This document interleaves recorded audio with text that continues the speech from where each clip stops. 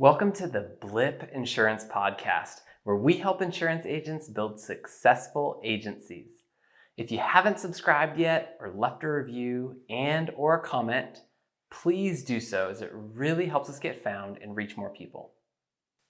Hey guys, my name's Josh Berg, and on this episode, I talk with Jason Kilgo of Kilgo Insurance and Ricky Hayter with A&R Insurance Group. This episode is right on point with our mission of helping agents. Specifically in this episode, we talk with two former captive agents and talk about the pros and cons of being on both sides of the fence. Jason and Ricky are two down-to-earth guys that I'm so glad I got the opportunity to speak with. Both are fairly fresh out of the captive world, and they give their perspective on how things are going. Now, I tried to be as fair as possible with the pros and cons of each side, but I'm a little biased towards the independent channel. Before we get into it, this episode is brought to you by our master insurance agency, Blue Lion Insurance Partners, or BLIP for short. We provide access to insurance companies, 100% commission, bonuses, support, software, and systems with no production requirements. And the best part is you maintain full, true ownership with no buyout clause. So find out more information at BlueLionInsurancePartners.com. Without further delay, here's my conversation with Jason and Ricky. So everyone, thanks for joining us. My name's Josh. This is the insurance or the BLIP Insurance Podcast, where we are helping agents build successful agencies. Today, I've got two really down-to-earth, cool former captives, and we're not holding that against them because a lot of us are former captives. Appreciate but me included. But I've got Ricky Hayter with A&R Insurance Group and Jason Kilgo with Kilgo Insurance. So welcome, guys. Great to be Thanks here. for having us. Yeah. So I'm excited about this because I think it'll be helpful for any captives who catch this, that have kicked the idea around to kind of see, is the grass greener? Is it not? What's better? What's worse? And so anyway, yeah, I'm excited. Let's see. Let's just get started, and let's just start talking about some of the pros. Well, actually, I guess let me say this. Ricky, when did you were a State Farm agent. How long were you with State Farm? I was with State Farm for just under 3 years. I wanted to leave sooner than that. Yeah. But we'll probably talk through all of this as we go. Right. I pretty much knew. So at State Farm, you have a year where you have to prove yourself and you get your permanent contract or you're out. Yep. And I remember signing my permanent contract knowing that I needed to get out. Yeah. But I couldn't just not sign it because I bought into all the propaganda that, hey, you got to take a loan from us and you got to pay all this money and you got to go real big and have this fancy office and this big team, which you don't. But if you don't, then they don't give you your contract, right? So I had to be more strategic than just leave. Yeah. But I knew then that it wasn't the fit for me. And how long have you been? How long has it been since you moved over to the independent side? About 8 months. 8 months. All Yeah. right. Sweet. And then we'll get into more. We're going to get into all of this. Yeah. So, Jason, why don't you give us your quick background? Where are you from? What captive did you come from? How long have you been on the independent side? So I started my career at Geico. So I was at really? Geico. Yeah, I was at Geico for 5 years. Crushed it there, but then the big negative for them is they cap you on what you can make. So didn't like that. Went into mortgages for a little bit and made some money, and then decided I wanted to go back in insurance. I went to Allstate, and really just a lot of false promises. Just not what I really thought it was going to be. I really wanted to be a business owner, and I just didn't think it was like that. So anyways, I was with Allstate for about 5 years, and then opened by IA October of 2016. Nice. So what's that? 3 years? 2 years. 2 years. 2 years. A little over two. Perfect. Awesome. Well, let's just jump right in. So difference between captive and independent, at least your experience as a captive. Let's start with give me a pro for being on the captive side. A pro for being on the captive side? Yep. I got an option for everybody. I don't have to say no anymore. So this is a pro for being on the independent side. Oh. I want a pro. I want to start off by about that. Yeah. Giving the captives credit where it's due, right? Because there's definitely some benefits. I got a couple. Do you want to go first, Jason, since I kind of messed that one up? Yeah. So on the captive, the main thing they've got on us is they've got their brand. They're everywhere, right? Yep. So they've already got that built. They've already got their core values. Every office has their own unique little thing, maybe, but majority, Allstate, you're in good hands. They've got their slogan, their thing they're going on. The other big thing is, it's one set of rates. So it's one set of systems. So anything you want to do, it's easy to integrate with that one system. And usually the captives are, either paying for it or are really coming up with those systems for their agents. So it just makes it real easy, especially when you're hiring people or bringing people on board or, trying to get into a routine of what you want to do day in, day out. That system's already there. It's already set up. It's already working. And then they've got the brand to back it up. I would agree with that. Oh, go ahead, Josh. I absolutely agree with that. That brand makes it so easy. One of the biggest obstacles I get right now is, oh, well, I've never heard of that company, right? Where if I call and say, oh, I'm a State Farm agent, they immediately know I don't have to deal with that. And Josh, I can't hear you. There you go. Sorry about that. Not your company, but the companies you represent, right? Yeah. So not A&R Insurance, right? Everyone names their own carrier, but it's I've got three options for you here. One is with Travelers, one is with Safeco, one is with Kemper. A lot of times, I don't know those companies. Right. Yeah. Totally.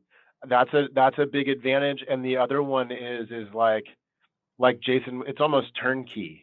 You come in, you do it our way, you do it this way, you use this system this way, and it's here for you. You don't have to touch it, you don't have to mess with it. You just go. Whether that's actually how you want to run your business and good is a different discussion, but you don't have to worry about building that. There's not a lot of learning curve there. No learning curve, exactly. Right. And they'll put you anybody can jump in and do it. And they'll put you through some sort of schooling, to learn their systems and all that if you're a brand new agent. And for some people, I think that's a good option.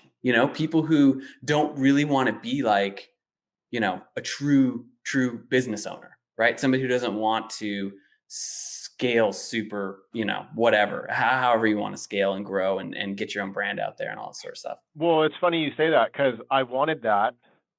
But at the time, I wasn't confident enough to go and do that on my own. And I ended up at State Farm specifically because they were going to train me. Yeah. As far as how insurance goes. I didn't know anything about insurance. Yep. I just knew that the idea of being an insurance agent and the lifestyle that it gives you and the kind of job and your freedom and the residual income checked all the boxes that I wanted. I just didn't know how to get there. Yep. So Jason, you had said one of the things you brought up was there's one set of systems, right? And everyone uses them. So it's easy to figure out once you know it, one set of rates. So contrast that with the independent side. Yeah. So that was the big learning curve for me. The easy decision for me is I knew I wanted to go IA. Just so many options for the client. There's so many more things you can do. You can build your brand. You set your own standards. You set your own core values. The systems with IA, there's some great systems out there. I'm not saying there aren't great systems, but I think you really have to get into it. I mean, it's taken me 2 years to really identify kind of where we want to go with automation, where we want to go with a management system. There's just so many different management systems out there that each do a great thing, but then they've all got pros and cons, right? And none of them are outweighing the other. No one's come up with the one system that does it all. So I think you really have to just find a fit. And I think it's going to take you 1 or 2 management systems, maybe even 3, to decide on what's best for you and your agency. There's just too much differences. I mean, one management system may just be that manage your files, like a file cabinet. But if you want to email your client base, you need something else. If you want automation, you need something else. So I think you really have to just figure out how you want to grow, how you want to market, how you want to define your agency, how you want to grow, and how you want to perform, and pick the systems that work best for you. And so it is frustrating on the IA side. I think that is the number one most frustrating thing on the IA side. Once you figure that out, I think it's really downhill. So you're saying there's almost too many choices.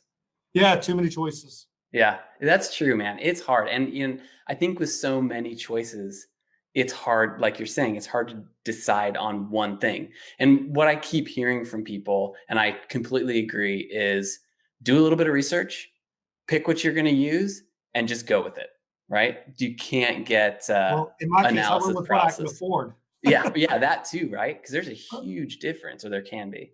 And I think that holds you back as IA. I mean, there's some systems out there that are going to want thousands of dollars, and you're paying hundreds, if not thousands a month. And so you really have to kind of base it on what you can afford and kind of move up. And that's what I'm saying. It's kind of like buying a house. The first house you get is not going to be the dream house. It's the house that starts you off, and then you know what it takes to own a house. You know what it takes to pay the mortgage, and now you go up and you buy your dream house. And that's kind of how I see the management system. Okay, we had one because we had to have one. We did what we could afford, but then as we got into the flow of how we wanted to operate, what we wanted to do, then we were able to shop around and do it. And what's tough about it is you've got a lot of great agents that are all using different systems. Yep. So it makes it really tough because you look up to these guys and you say, oh my gosh, what system do you use? That's the first question I always get asked at like innovation, or anytime it talks about what system are you using? Because everybody wants the next best thing, because not one system has everything. Yep. Well, and that kind of goes to, if Jason's using that and he's having success and I'm struggling right now, that's my silver bullet. That's what I'm missing. It's really easy to get caught up in that. And I even think today, having Facebook and all these insurance groups and forums, a lot of people come off as even more successful with their systems than they actually are.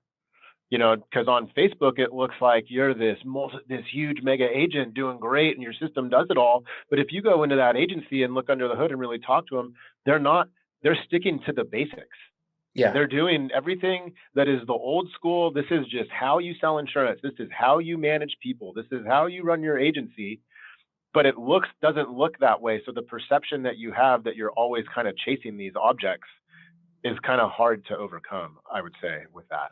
You know what I do? I would, my number one advice would be, and I did this. I came into IA with an awesome blueprint, an awesome business plan. I said, I'm going to kill it. I'm going to write $1 million my first year, which we almost did. Ricky and I just talked about this, but keep going. Yeah. So, what I would do, what I would do is I would write out your processes. Write out everything that you want to do, what you're trying to accomplish being an IA. Okay. Set your core values, set your sales process, establish your goals and how you're going to get there. And then try to find a management system after tons of research on what's going to be a good fit. Because what I did was I just jumped in and said, hey, I got to have this. And let me just get something that's going to give me the most bang for my buck and the cheapest. But then after about 6 months of that, I'm like, okay, this is ridiculous. I'm throwing money away, or this is not what I want. And literally last year, I shopped every system. I must have did at least 10, 15 demos. I mean, I just went crazy with it. And so you find what works. You find what works for you, and that's what you stick with. And that's why there's still all these companies out there, because, you know, a lot of agents have found what works for them. So what may work for somebody, just like Ricky was saying, you know, they think it's a silver bullet, may not work for someone else. You got to have your own set written processes and what you're trying to accomplish. Yeah, for sure, man. So one thing that you were so what you're just talking about right now, a lot of it, or a couple times you touched on the cost, right? I can't even remember. I was an Allstate agent, I don't even know, 10 years ago, something, a long time ago. So what additional costs are there as an independent agent that you didn't have, that the company took care of on the captive side? I'd say the number one thing that drives me crazy that sticks out is MVRs. Oh yeah. You know, when I was a State Farm agent, I could just run someone through. I could have their vehicle MVR right there, their whole history, everything, give them a quote in 2 minutes. Boom, here you go. Where here, I have to go through a lot of steps to get there. And then I got to be really careful about where I pull them. Some carriers charge you for it. Some do if you write enough business there, but then don't, you know what I mean? Like, Yeah. and if you don't kind of watch that and know those little nuances of that, next thing you know, you could get hit one month with a few $100 charges of MVRs of business that didn't get written. Yeah. That's something that I didn't really anticipate. And now I have a whole system. We're good. But we got caught with a couple of those. We're like, what do you mean? I can't just run an MVR for somebody. Right. Right. I mean, like, and have this quote prepped in case I get them on the phone. Yeah, totally. Totally. So I would say that's the one that just sticks out as the biggest rub for me. And it's not that high of a cost, don't get me wrong, but it's definitely there. It's something to consider and keep in mind for sure, right? You might have a slight hesitation before hitting that run MVR button, right? Yeah, or we didn't know. And when we first opened, I mean, we'd run an MVR for a guy on 3 different carriers. Oh, totally. Right? Like, hey, what's this? Why would it be different? Just because our team that we started with all came from State Farm with us. Right. So we all had those habits, and we didn't know better until all of a sudden we started getting bills. Like, you talk about expenses IA compared to captive, or vice versa? Yeah. Expenses that that the captive carrier would cover that now fall on you. Oh man, I mean, Allstate covered all of my management stuff. Everything, right? All your AMS, there's no rater, right? There's just no rater, just one system. So you go in and quote one system. The one system that is that carrier is your service, right? All you're doing is going back into that carrier. We had something set up for like sales. But I'm thinking at the most, I spent maybe $100 a month on that stuff. I mean, it was nothing. Yeah. And then I get over in this world and I'm like, whoa,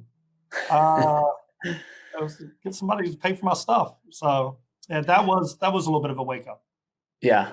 You know, so I would say there's a pro and a con in that, where you definitely, you've got to pay everything falls on you as the business owner or whatever, depending on how you're set up. But even though you're paying that, you get that choice of what to use. You can choose the product, like you were saying, Jason, that's best for you and best for what you're trying to accomplish. And that's different for everybody. So with the captive, they fit you in here and they say, this is how we do this, and we got this cost. And on the independent side, it's like, well, what do you want to accomplish? And go do it, So any other costs that somebody who's looking to go independent should be aware of that you guys can think of? No, I mean, we got a lot of cost share from Allstate. So that was great. Help with marketing. Like co-branding marketing stuff? Co-branding marketing. I mean, they were big on that. But like I said, it was very easy for them because Allstate logo and brand is on everything. So why wouldn't they pay for it? They're just branding themselves. Yeah. So, those, I think we covered it. I mean, the three big pros mainly are brand, the systems, and maybe the cost of the systems that you're using. Mm-hmm. That's really it as far as I'm concerned. There's so many more pros on the A. I'm eager to get to that part. Yeah. Well, Yeah. well, we can talk about those. I would say that State Farm's a little different from Allstate in that, like, when you're there, they tell you, you need to have this big fancy office. You need to have all this signage. You need to go and buy all the, you have to have this look and this, give this impression that you are State Farm and you're fancy and you're big and you have all this stuff, right? And you have to carry, and like, a big thing in your first year is they want you to carry 4 team members, and you're judged on that along the way. And that cost falls on you, where here as an independent, I can run it a little more lighter. I can run it lighter. I can be a little smarter about it. I don't have to just go and worry about this fancy signage and branding for my captive carrier, because I can do it how I want to do it. And I can have other systems that create more efficiencies that somewhat cut some of those costs, really. Yep. From the State Farm side, anyway, they really push. I see that as a con. So, if we're talking about captive cons, that same thing with Allstate. They want you in a retail spot. Yep. They want you with 3 employees coming in, and that's why it used to be. I think it used to be about $50,000 to open an Allstate agency, and now it's $100,000. And I think they're going to go up to $150,000 because they want to see that capital there for you to hire, you to put somebody in a front center location where people can see it. And that's really what you're doing. You're spending money for them and not you, right? Because obviously you're hoping they come in your door, but I don't know about you guys. I don't get a lot of walk-in traffic. I've never gotten walk-in traffic, even when I had retail spot. Yeah. So it just wasn't worth it. I did when I had a retail spot, and they weren't any of the kind of clients that I'd want. Right. If somebody doesn't have insurance and walks into an agency and has to have it right away, they're not your ideal customer. Yep. Dude, I had some guy when I was at Allstate. This is, I've got some stories on the independent side too. But when I was at Allstate, I had some guy.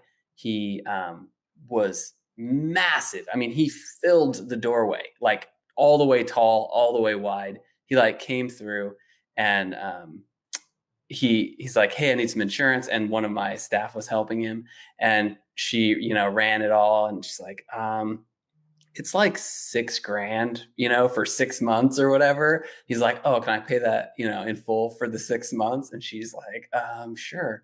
He dropped this stack of cash on her desk. Like, it was unreal. It was $6,000, like, bam, right there, like on her desk.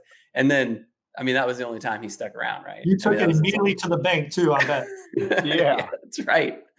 That's right. But yeah, that's funny. So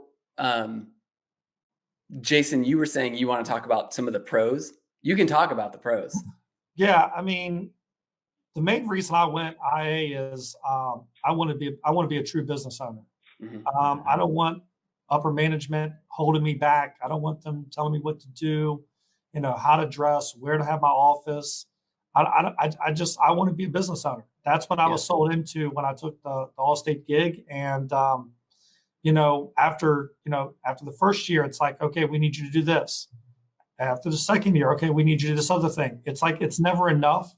The goals are always twisted. It doesn't matter what you do. It doesn't matter how big you are or where you're at. It seems like, you haven't done enough for me lately. So it's always something else. I love that I was able to build out my own culture. I love that, we've come up with some core values. We're bigger in the community now in my 2 years that I've been IA than I ever was with Allstate or Geico. Yeah. We do so much with nonprofits, so much with charities. We just gave, $2,500 check to a kid's hospital. We just gave another $4,500 to an animal control shelter. We just gave another $4,500 to a critical illness center for kids. So we're giving back big time, and it feels good. And that's one of our core values. We like to touch hearts. And so, all those things that we're doing that are for us, for Kilgo Insurance, that's what we're about. We're not about what State Farm's about. We're not about what Allstate's about. We're about Kilgo Insurance. And me and Ricky were also talking about it. It's like, I can wear whatever I want to wear. Dude, that is like such a pro. I mean, such a pro. Right.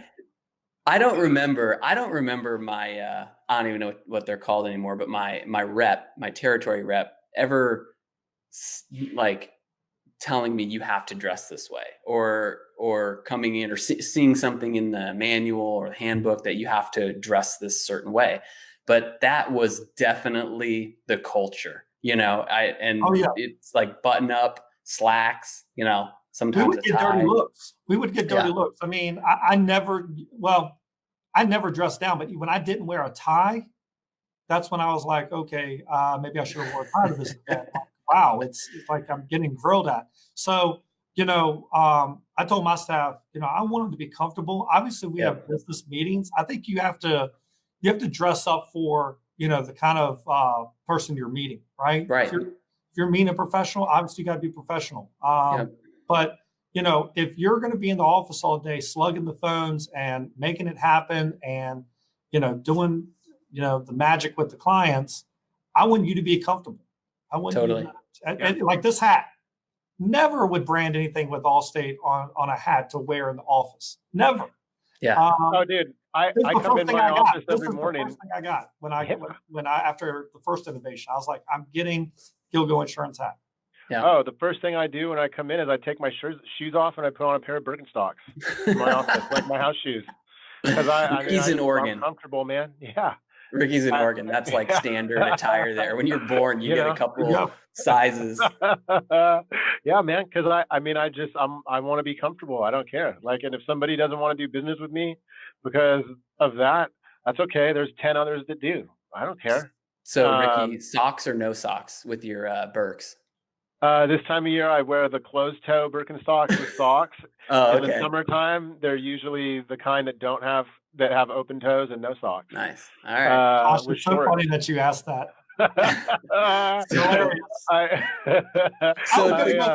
I wanted you to say socks so bad. I know. I was expecting it. I was totally expecting dumping snow outside right now. Of course I'm wearing socks. No excuses. I'm a dad, man. I don't care. What do I care anymore? I got 2 little girls. I get to now embarrass them, right? But on Jason's comment real quick, that was a big driver for me to go because I kept trying to brand myself that I needed people to drive an extra mile up the street past the other State Farm office because they wanted to do business with Ricky Hayter, not State Farm. And every time I tried doing that and would get traction with it, they would shut me down because it's not branding State Farm. And that really, really, that was the biggest thing that made me even a light bulb click that this is not for me because I'm not here to be a State Farm agent. I'm here to be a business owner. And those two things are very different. Yeah. Yeah. And, I'll say on this topic of dress, the point of this is not, you're lame if you wear a suit to your office every day as an insurance agent, right? It's that on the independent side, you truly have that choice. You can make the decision to wear whatever you want, have your office look however you want. It's that choice. And so anyway, I don't want anybody. Chris Paradiso right now is probably going to call me after this. Like, hey, you better wear a shirt and tie. It's professionalism. We're in an insurance business. But truly, I still wear a shirt and tie. I still like to dress up. It's not I don't.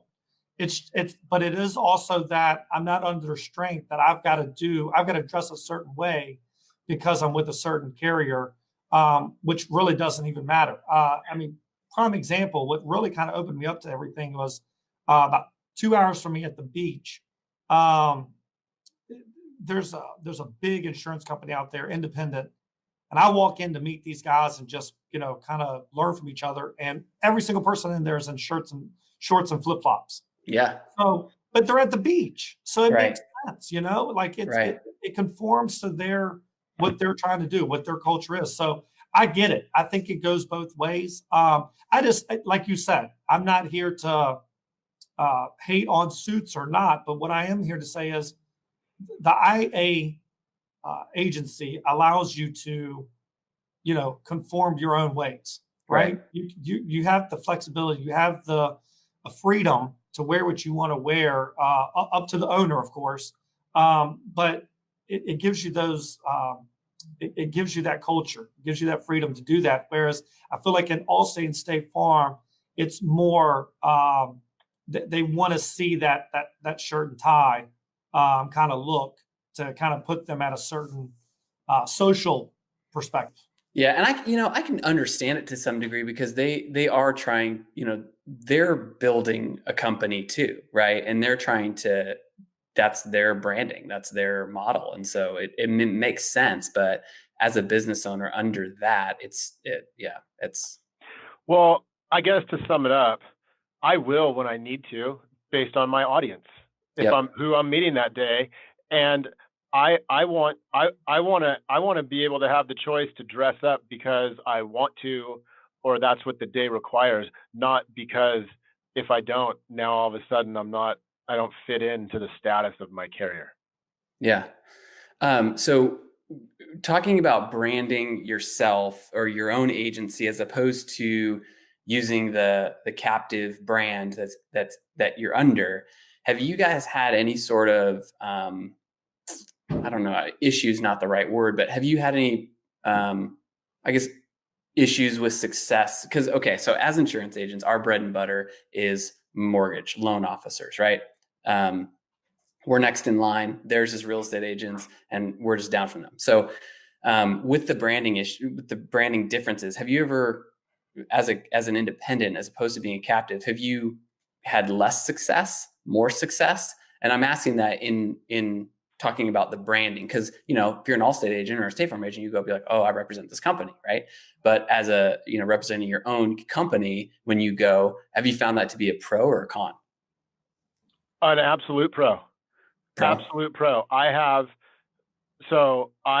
since I've been independent, had so many people reach out to me that never have while I was State Farm, wanting to have discussions about how we can work together, because now I have options. Now I work for them and not my carrier, and now I have some value.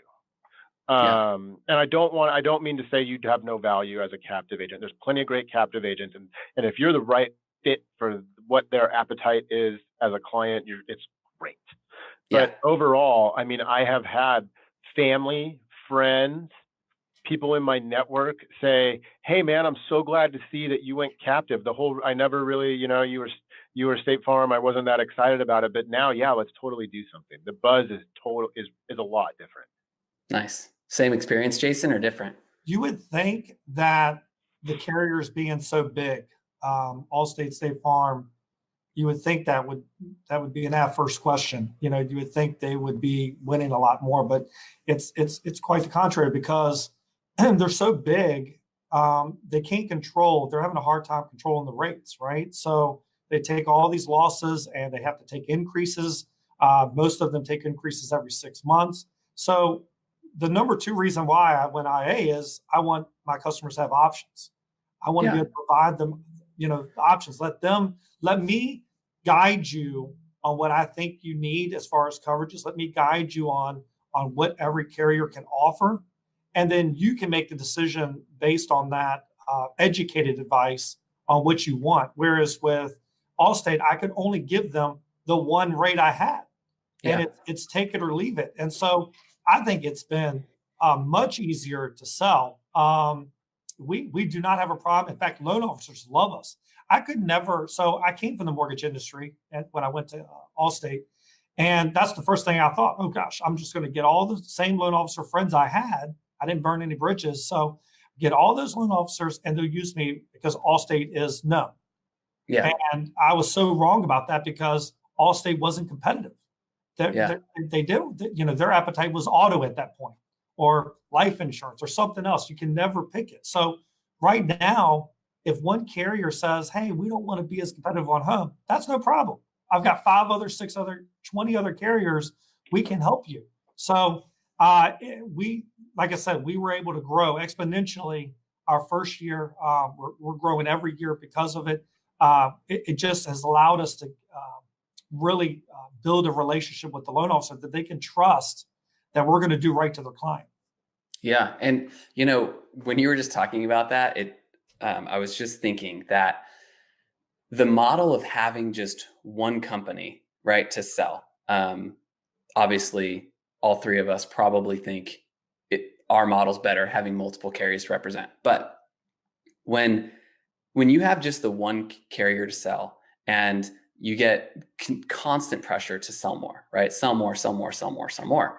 You only have one carrier, they have their appetite and you get opportunities. You work super hard to get opportunities. It's a recipe for having agents writing bad businesses they don't want. And so of course, over time, rates are going to increase, maybe not for new business because they're, going after it, but the increases are going to be way greater because there's no choice by that agent. It totally makes sense to me to have the independent model, but I'm trying to be as fair as possible. I want to get all the pros, all the cons out of both sides.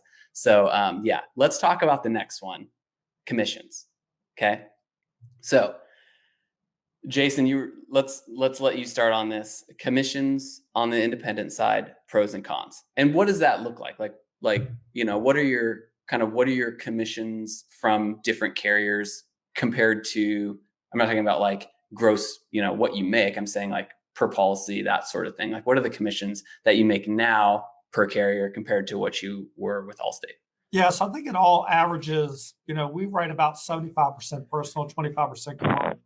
We're trying to get that more split, but right now it all averages out, I think, to about 12%. Yeah.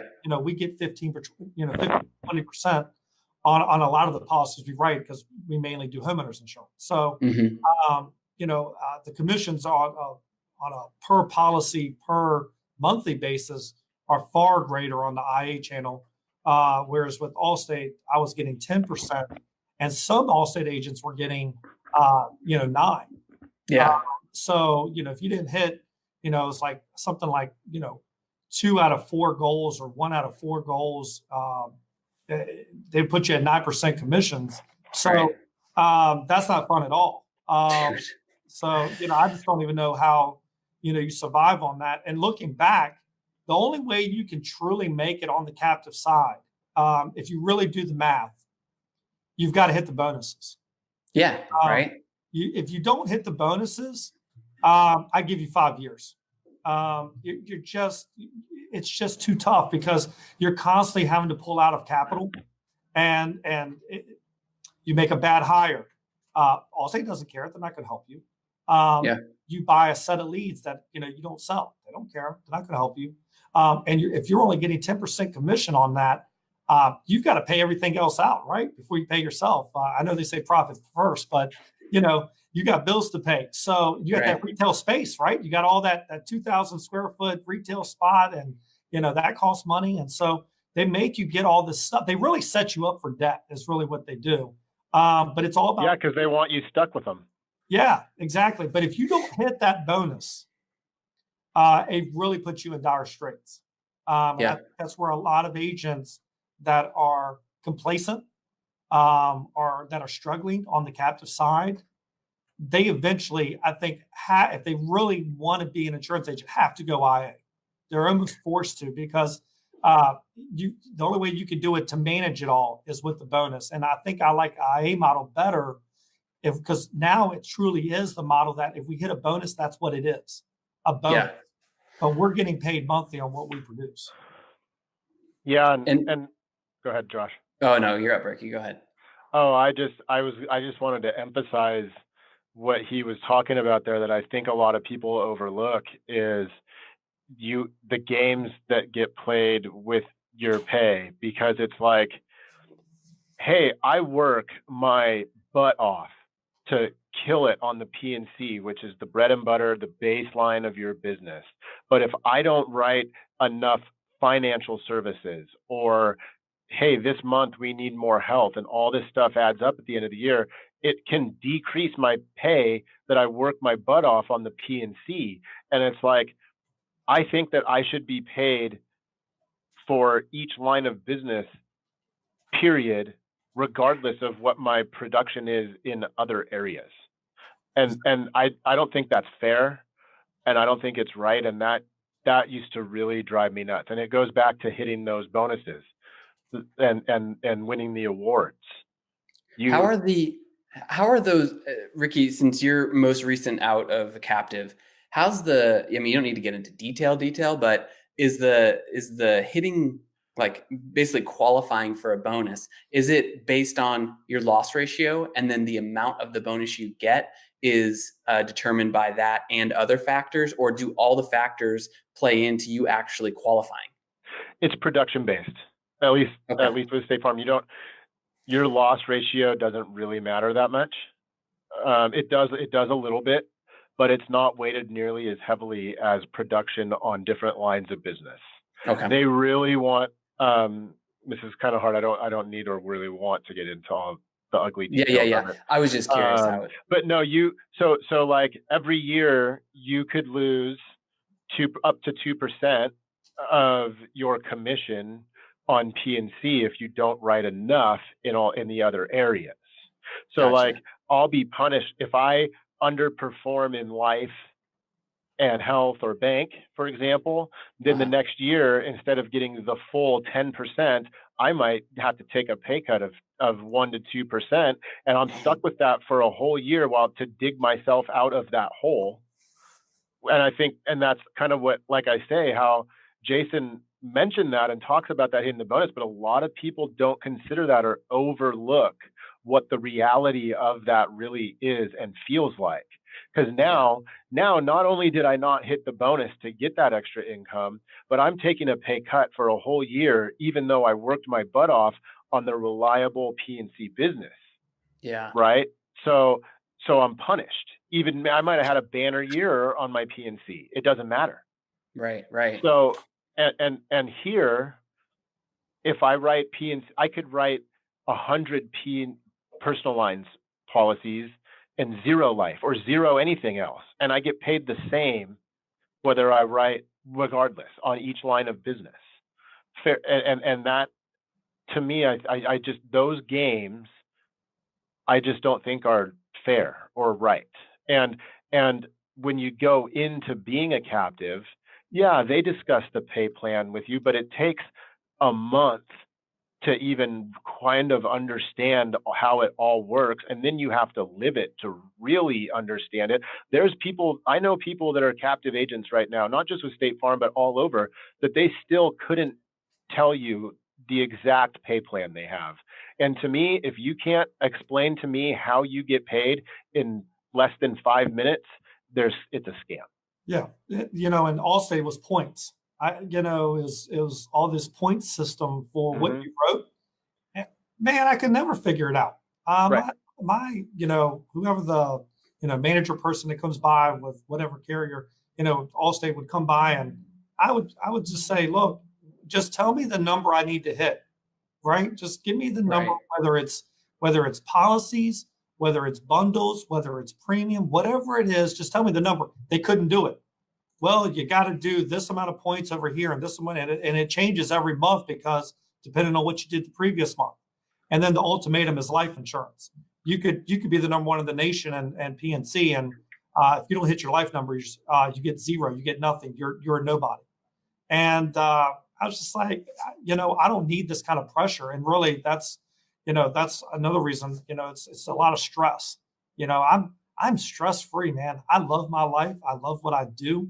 I'm finally in a position where I can make a difference.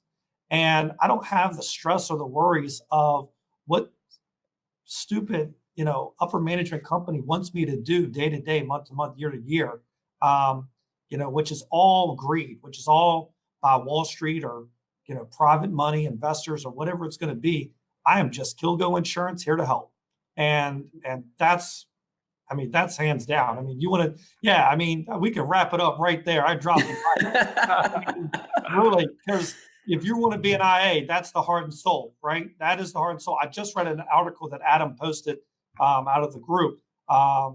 Give a shout out to IAOA, but it's talking about how and IAs are coming in. I mean, we have a real opportunity to make a difference here in the next 5 years, the next century, compared to captive agents, because of all the things that we're doing. We're setting up the value. We're setting up to be, the passion is really coming through with the IA channel compared to the captive. Yeah. If I had a mic, I would drop it or I'd throw it. You could throw your headphones. Yeah, I'm done. Well, I feel like I really work for my clients. Totally, right? That's the way I feel. Like you represent your clients now. I'm not trying to get this client and make him fit so I can move on to the next one to keep making sure my numbers are right so I get paid. I get to spend the time with them and go through all my carriers and say, hey, this is what fits your needs in your household, period. I can show you the gaps that you have or the gaps that these other options are going to give you and tell you why. Like, I feel like now I really represent them. And now if there's a issue with something, I can go to the carrier and they're a lot easier to work through it with me because they want us to keep our business there because I can just move it somewhere else. If again, depending on the situation, but I work for my clients now. It's awesome. Yeah. It feels great. Switching to another topic, close ratio. I'm sure I know the answer here, but is your close ratio, was it better as a captive or is it better as an independent agent? So in my first year, I led my territory in close ratio. Even at the end of the year to the conference of a couple of sales territories all together, I got called up on stage to talk about my process. And do you want to know what that number was that was this big deal at State Farm? 11%. Wow. Right? Like, do you know?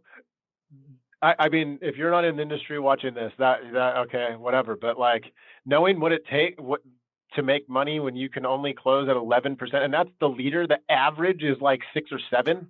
Yeah. Like that's insane. Yeah. That's rough. Here I'm competitive at least 60% of the time I'm competitive. And I think we're closing 50%.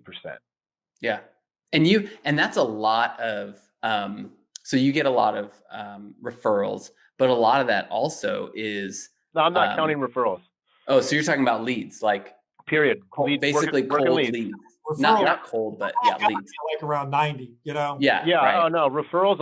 The only reason I won't close a referral is if I'm just so far out of the element. Maybe they've been with State Farm or Country or Farmers or Allstate or wherever they're at for 20 years, and they're in that category that they have to have an accident or a problem, right? Those are the one-offs. Otherwise, I'll kill them. Those don't count. And they want to be here. They were referred. I'm talking about calling leads, working the system, doing the stuff, the prospecting. I'm competitive at least 60% of the time, and we close probably 50. Wow, that's incredible, man. Nice. Jason? Pretty much ditto. We're Allstate. We were about 12% close. We ran a lot of internet leads, ton. That's what we did. We ran internet leads. Same here. Yep. And we closed at about 12%. That's what put us in the tiers to win. Dude, that's a good. I'm telling you, 12%. That is a good freaking close rate on internet leads. Like you guys are beasts, man. That's good. I don't know about Ricky, but you're talking to the #1 Geico auto insurance agent in the nation for 2005. I met Warren Buffett that year. I flew on a private jet. So everything I learned at Geico on how to close over the phone, that's one thing they got. Geico, hands down, best training of any carrier I've ever been through. They just know how to do it. They know how to get you persistent. They know how to get you aggressive. They know how to get you to close. How many times as Geico agents? Because this is something when I train producers, I like them to call Geico and get a quote and count how many times during that conversation did they ask for the sale. It's a minimum. Isn't there a requirement? Aren't you required to ask a minimum time for the sale during that process as Geico? Yeah, I know we're going a little off topic, but literally, I could talk about this all day. Sorry. You're gonna crack up. I had a guy that we were like something crazy, like $3,000 more. All right, and Geico only does 6-month policies; they don't do 12-month. Right. So that means really like $6,000 more a year than what he was paying. And I closed him, and the guy was like, he paused, and that's what they teach you. They don't talk. Whoever talks next loses, right? Yep. He's like, read that again. So I read it again to him, and I closed him again. Like a win-win close. Hey, what's your checking information number? Did you want to use credit card? He's like, man, bro, you are, $3,000 more than what I'm paying now. I was like, well, we're 24/7. We got this, we got that, and blah, blah, bing. And I was like, all right, credit card or check. He's like, you are got to be the dumbest person in the world. I just said you were $3,000 more. He hung up on me. So when he hung up on me, that's a win for me. Because that means I can move to the next call where I can have an opportunity to make some money. Otherwise, he stays on the phone and keeps arguing with me. I got to keep closing him. Because Geico, in their mindset, says, well, he's got to be interested. He's still on the phone. Yeah, for sure. Well, and to that point, though, we find that talk time is king. Of course. The longer you keep somebody on the phone during that process, the higher the likelihood is they're going to close. Or if you have the situation where, hey, you know what, today's the 5th, but I usually pay on the 17th, and I can't just cancel and wait for a refund. Can I pay on the 17th you instead of, say, Geico, instead of Jason over at Geico? Yeah, absolutely, you can do that, right? But there's a percentage of people that don't show up to those calls. But if you have a transactional phone call, but if you keep them on the phone for 40 plus minutes during your quoting time to get there, the odds of them showing up to make that payment on their day exponentially increase. Wow, good to know. Yeah, I'm looking at the comments here. Ricky, man, you are Mr. Popular. What are you talking about? A lot of love here. Oh. I feel like I'm. Oh, wow. Yeah. Hey, wow. That's nice. Hey, guys. Oh, my man, Steve. Hey, buddy. I feel like I am without the beard because he's paying attention. Everybody's like, oh, Kilgo. He's on. I think people. I don't think people recognize you with the beard. Oh, yeah, I got the beard. The beard told them. They're like, who's this guy? Oh man, good stuff. Yeah, but anyway, I think though, and this, I'm definitely all IA. I wish I would have done IA a long time ago. I really do. But with that being said, for me, I had great stepping stones. Geico taught me how to talk on the phone, taught me about insurance, taught me, how to close. Mortgages taught me how to be an entrepreneur, taught me how to get out there and build relationships, taught me how to be on commission only. I made a good salary at Geico with commissions. I dropped that all to start scratch with mortgage just because I wanted something more. Did the same thing when I went to Allstate. Allstate, so many ups and downs, so many cons that I didn't like, but it did still it teach me how to run an agency. Yeah, true. How to be, a manager, how to run a business. So you got to see all those aspects to where I am now. I really feel like I can't fail. Now it's just all about putting the chess pieces in to win. And so a lot of things we talked about today, I think everybody's going to agree with. It's IA. There's just, I'm looking at my chart here on what I put together, and man, the pros are most of the page. But I really think it's because of the experiences I've had and what I've learned to get to this point. Well, I'm glad that you bring that up, Jason, because people who know me know I love to bash on State Farm and captives. I do. Anyone who hear me talk, I do. But I say it, but I probably don't say it enough that I wouldn't be able to be doing what I'm doing now without that State Farm experience. Just like Jason said, and I do need to give that credit out to where it's due. That if it wasn't with that, where I'm at right now in my independent agency, I don't think I'd still be around. So that is worth something. It made us better. It made us better, Yeah. right? Yeah. Right.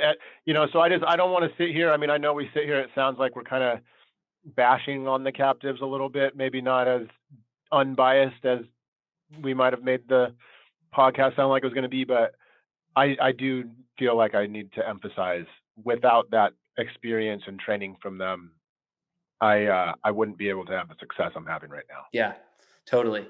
Well, okay. So one comment, and then I'm going to ask you guys one closing question. So something that I think is really tough to argue with is, how often do you see an independent agent go captive? Have you? Never. Have you, Ricky?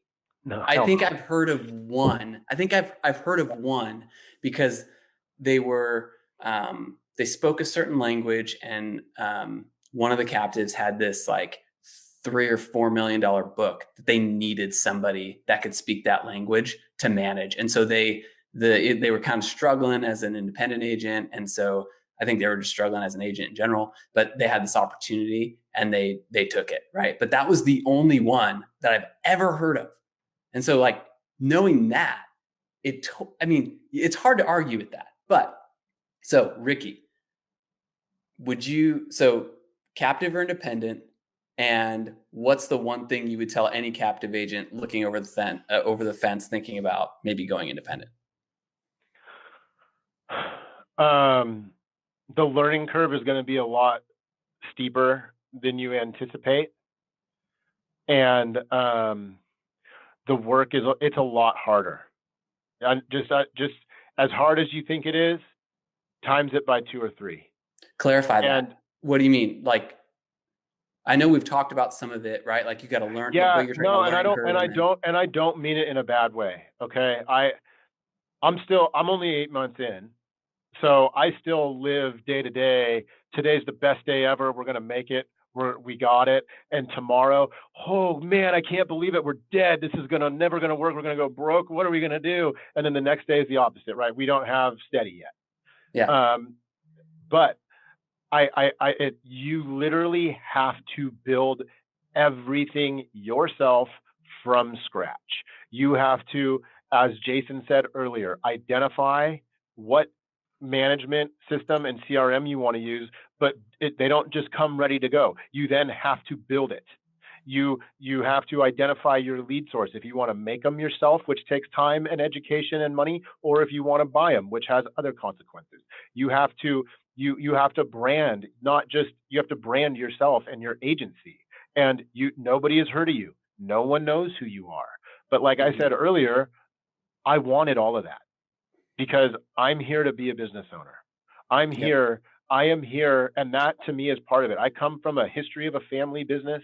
I worked in it for half of my life. I know what it was, and I never felt satisfied that when I was a State Farm agent that I had that.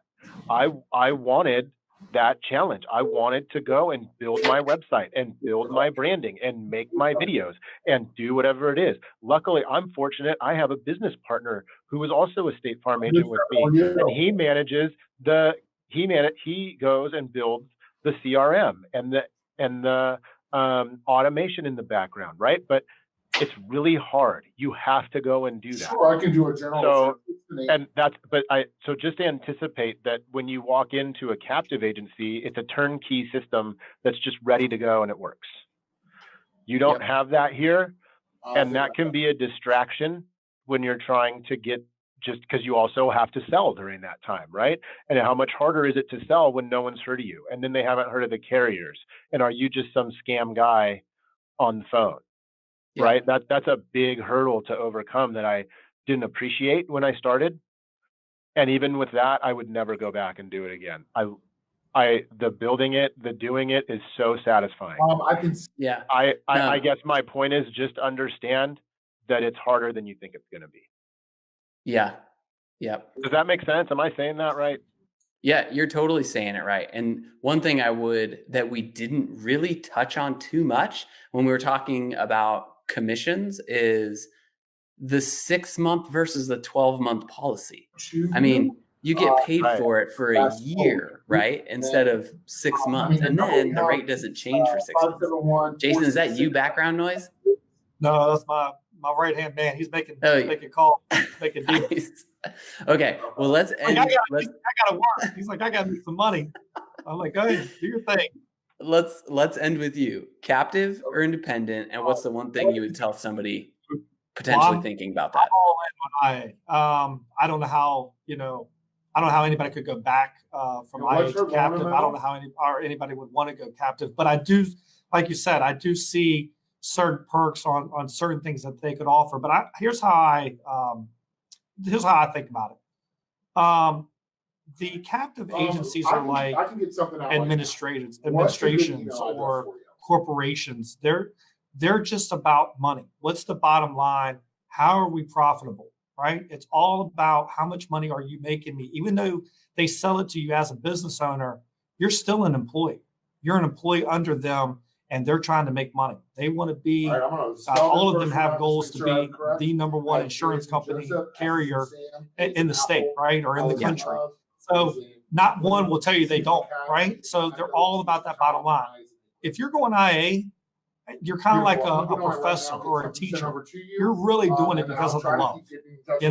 You're doing it because this is what you were born to do. You want to help people. You want to educate people.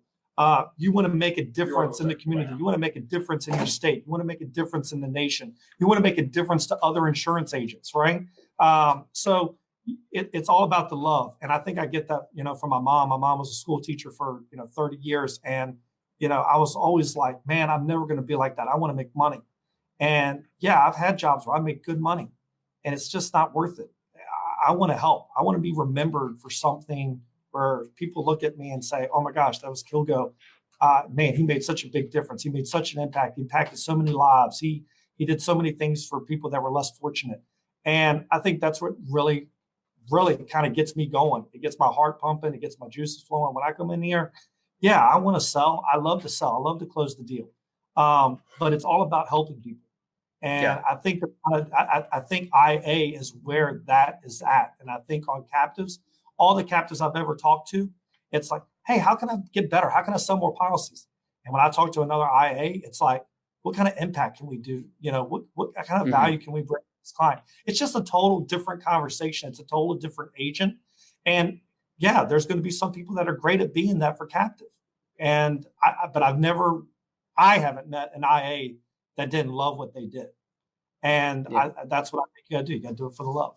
Yeah, true, man. True. And on that point, I'm going to end with this. So this is a plug for what we're doing. And one of the reasons for this show is exactly what you're talking about, the love, the passion. Like when we got started, we started through an aggregator, a master agency that, helps agents come on over to the independent side. And it was a nightmare, man. And I just hear about all these different restrictive contracts and just terrible, terrible situations that people get into. So we wanted to do something different. And so if anybody has any questions about that, check us out on BlueLionInsurancePartners.com.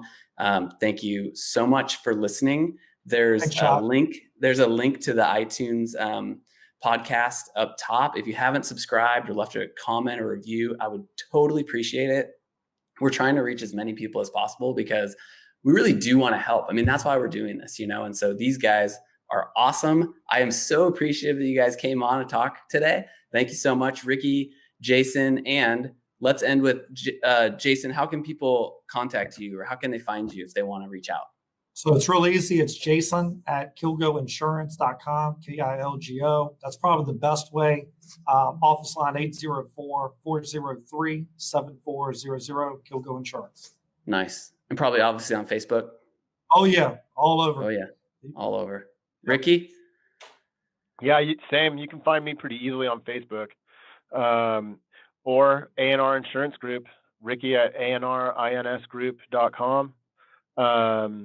I do a lot of work for insurance agents because I have the love for it, and I want to help other insurance agents be free and find the best way to run their agencies. I could have these conversations all day. I get so excited. Yeah. I love it. Right. Me too. And you can find me in the tribe. We got Conversion Kings going. I'm not going to go further than that. We're talking about insurance, but Ricky's got a lot of stuff going on. You can find me all over the place. I'm in IAOA. I'm in, and I just want to say thanks for having me. And Jason, I'm big fans of both of you guys, and I'm just, I'm really happy that I got to sit down with the three of us and talk it out. 'Cause like I say, I'm Jason. I missed you at IAO at the conference, and Josh, I know you didn't go either, but we're in a lot of the same circles, and yeah, man. I'm legitimately a fan of both of you guys, and I'm glad that we're here together. So thanks, Ditto. man. Appreciate you guys. Cool, man. Appreciate it. Same. Likewise. Thanks a lot. Thanks for watching, everybody. Appreciate it. Thank you. Yep.